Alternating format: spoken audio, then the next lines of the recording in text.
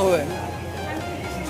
चला आपण आता आलेलो आहोत नाश्त्यासाठी आणि नाश्त्यासाठी इथं यांनी खूप सारे आयटम ठेवलेत, खूप सारे. इकडे बघू शकता, इकडं आहेत फळं, पण आम्हाला ना दुसरं काही जात नाही.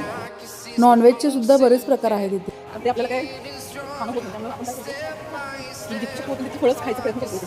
मी थोडं कधी जास्त होतो काय काय आहे. हे आहे स्वीटमध्ये काय काय. इकडे दूध आहे, चहा कॉफी करून बनवून घ्यायची सोय आहे.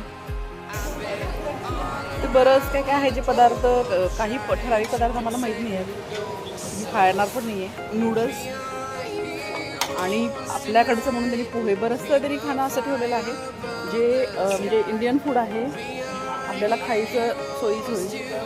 तिकडे तुम्ही बघू शकता त्याला ऑरेंज ज्यूस ठेवला आणि खरोखरचा ऑरेंज ज्यूस आहे. फ्लेवर वापरून केलेला ज्यूस अजिबात नाही. पण वाईन इथली जी आहे ना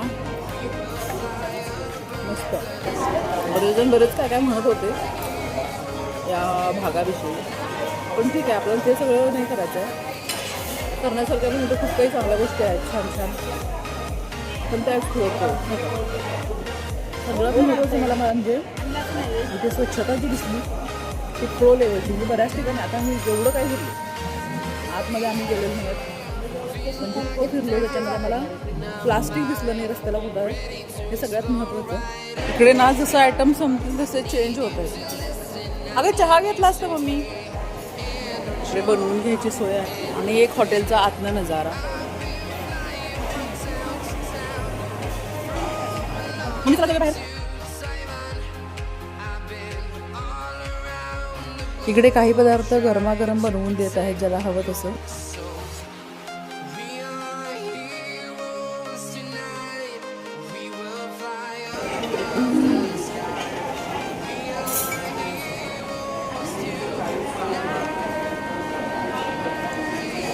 खूप सुंदर, किती सुंदर अरेंजमेंट केली आहे ना.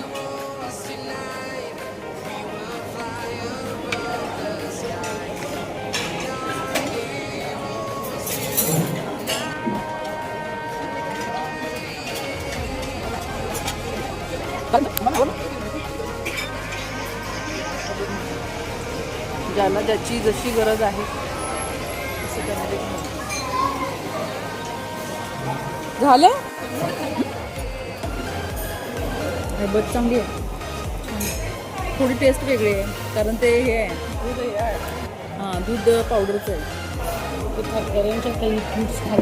ते दोन्हीकडे कानासला कप कशाचा आहे मला माहिती नाही, पण मी कॉफीसाठी घेऊन आले. काहीतरी वेगळी सोय असायची, मला माहिती नाही कशासाठी. चला पुन्हा भेटू.